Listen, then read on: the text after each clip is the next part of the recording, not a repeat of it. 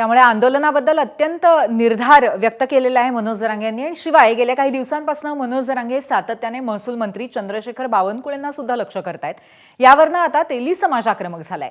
बावनकुळे ओबीसींचे नेते असल्यामुळे मनोज जरांगे मुद्दाम त्यांच्यावरती टीका करतायत असा आरोप राष्ट्रीय तेली महासंघाचे राष्ट्रीय अध्यक्ष आणि माजी खासदार रामदास तडस यांनी केलाय। तर जरांगेंनी बावनकुळेंवरती टीका करणं थांबवलं नाही तर तेली महासंघाकडनं राज्यभर आंदोलन केलं जाईल असा इशाराही तडस यांनी दिलाय।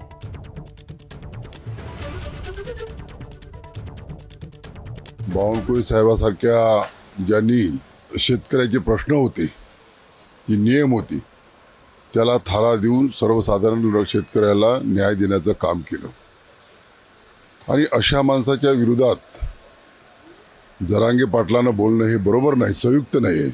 पण आम्ही हे कधी सहन करणार नाही।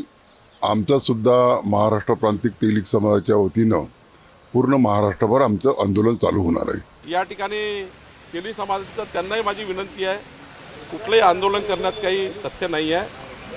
शेवटी लोकशाहीच्या मार्गाने आपण प्रश्न सोडवतो। त्यामुळे तेली समाजाच्या सर्व संघटनांना माझी विनंती आहे, कुठलंही आंदोलन करायची गरज नाही आहे। शासन म्हणून या ठिकाणी आम्ही योग्य कारवाई करतो आहे।